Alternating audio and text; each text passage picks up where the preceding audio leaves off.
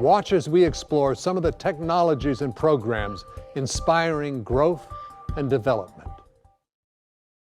My kids are both currently 5 and 7 years old. We started them on Elephant Learning 2 years ago, and we started them on this program because we really wanted to help them advance in their math skills, but also it turned out during this whole COVID situation, we didn't want them to fall behind. So we started for one reason, ended up in there for another reason, but both reasons became the reason why we stayed with it. And what we've seen from our kids is a huge amount of progress, very specific details in terms of the progress. We've seen them go from their age in terms of their current age when they started in the program to progressing into being years ahead of where they are from a school standpoint. So we've seen our kids make a huge amount of progress in terms of their acquisition of understanding the concepts of math. It's not just like they've memorized a bunch of numbers, but they've actually understood what the concepts mean. What that means for us as a family is that we can talk about it. They understand when we ask them questions what it means, and then they can formulate the correct response. And they're learning this through Elephant Learning. So what we've seen them do, for example, my current 5-year-old started on it when he was just about 3 years old.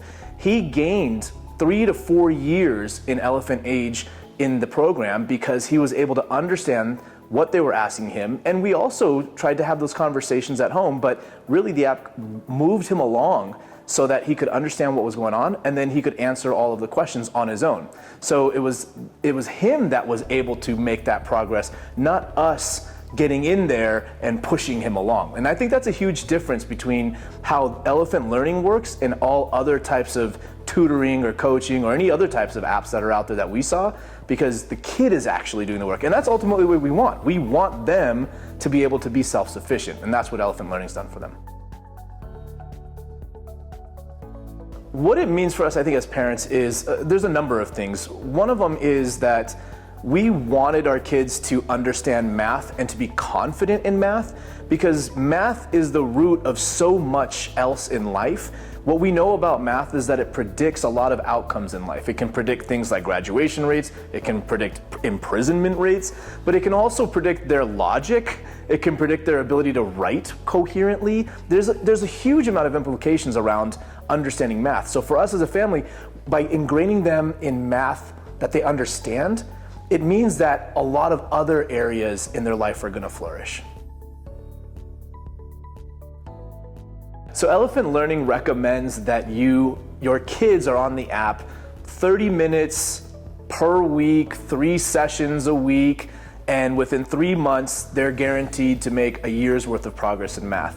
What we found with our kids was they got addicted to it. They loved it. I don't mean addicted like screen time. In fact, from a screen time standpoint, this isn't like, being on YouTube. This is actually them working. There's a cognitive load here. So what we found was, though, that they love being on it. So they blew past the time limits. We had time limits set, which are settings inside the program.